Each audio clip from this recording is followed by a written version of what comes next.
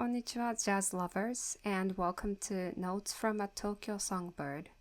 I'm your host, Sawa, and I'm an aspiring jazz singer here in the beautiful land of Japan. This is going to be my first podcast series, and the reason why I wanted to start this out was because I'm really bad at emceeing. Like, when I MC, I don't really know what to talk about, and I thought maybe if I learned about all the jazz singers or jazz music writers, songwriters, lyricists, I'll be able to talk about them in between songs. So, like many of you who's listening, thank you so much. I'm completely captivated by the magic of jazz. Its improvisation, its soulfulness, its incredible history. And to truly be able to understand the art form and to grow as a singer myself, I wanted to dive into the lives and legacies of the legends who paved the path for us.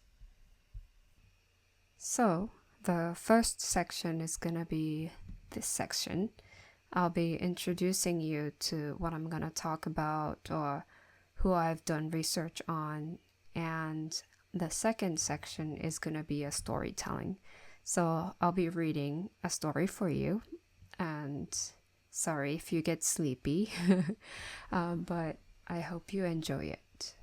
For our very first episode, we're starting with an absolute icon. Can you guess who? A voice that defined an era and continues to inspire singers across the globe. The one and only Ella Fitzgerald. She's also known as the First Lady of Song. Please join me as we explore her incredible journey.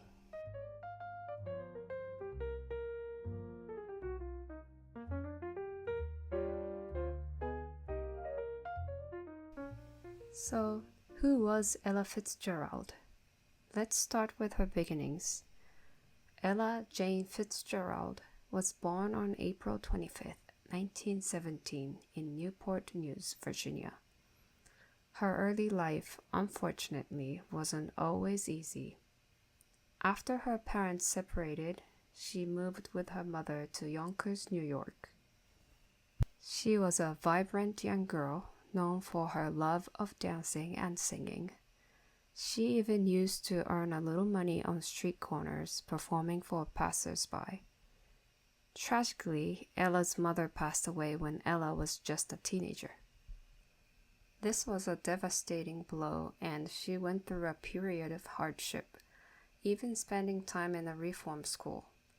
But through it all, that passion for performing, that spark of musical brilliance remained.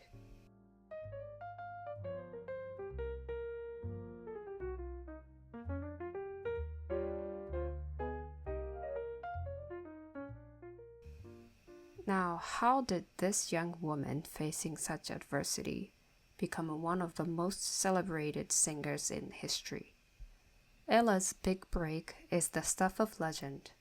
In 1934, at the tender age of 17, she decided to compete in an amateur night at the famous Apollo Theater in Harlem. Interestingly, she initially planned to dance, but intimidated by a popular local dance duo performing before her, she made a last-minute decision to sing instead. She chose to sing Judy and The Object of My Affection in the style of one of her idols, Connie Boswell. The audience was a bit skeptical at first, but once Ella started singing, her pure tone, impeccable pitch, and surprising improvisational skill captivated everyone. She won the competition, and that night set her on a path to stardom. Soon after, she was discovered by band leader Chick Webb. He was initially hesitant to hire her because of her unpolished appearance at that time, but he gave her a chance to sing with his orchestra. Her talent was undeniable. She quickly became the band's main vocalist, and in 1938, she had her first major hit with a playful nursery rhyme-inspired tune, A Tisket, a Tusket.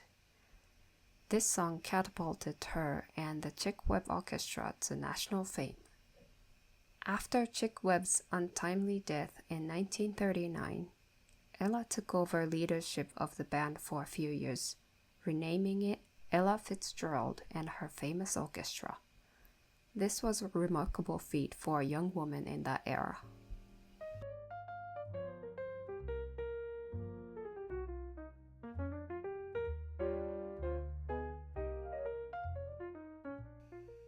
Ella's career wasn't just a flash in the pan.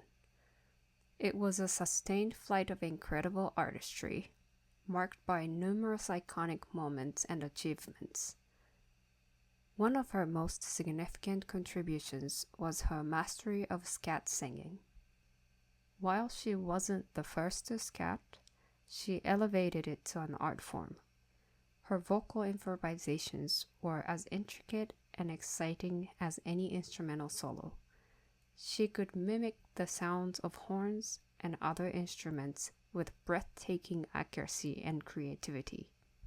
Her flying scat solos became her trademark.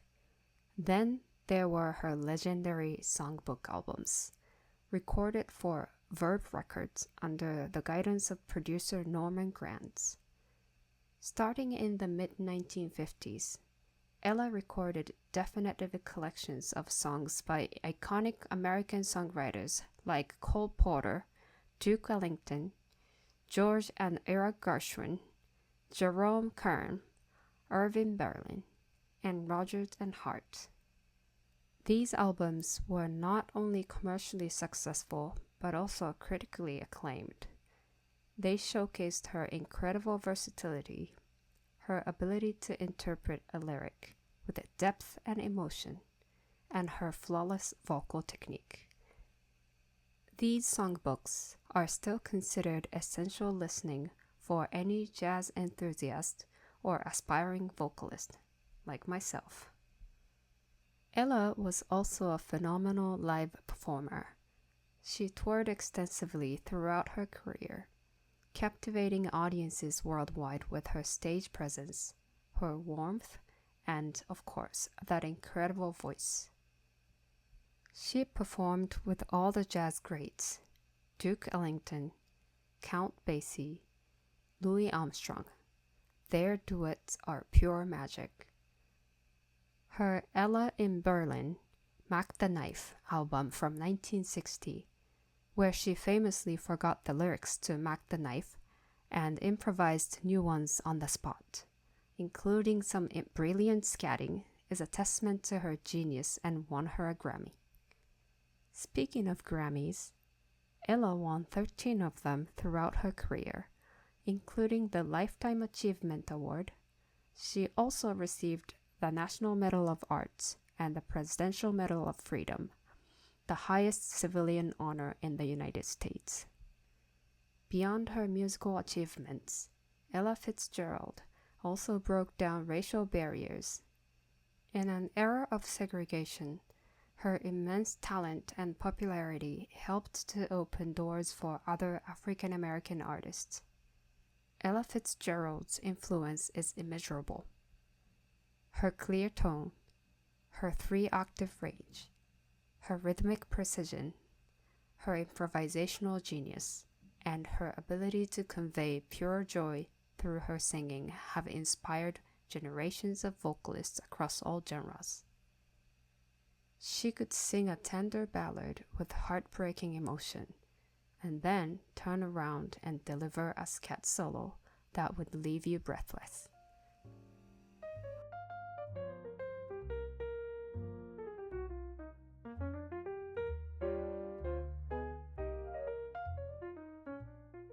Thank you so much for listening to the story. I hope you enjoyed it. The part stood out to me the most was Ella in Berlin, Mac the Knife event in 1960. Well, if I had a time machine, I would be going to that event and experience that Ella Fitzgerald's cat singing firsthand. As I embark on my own jazz journey here in Japan, studying Ella is like taking a master class in jazz.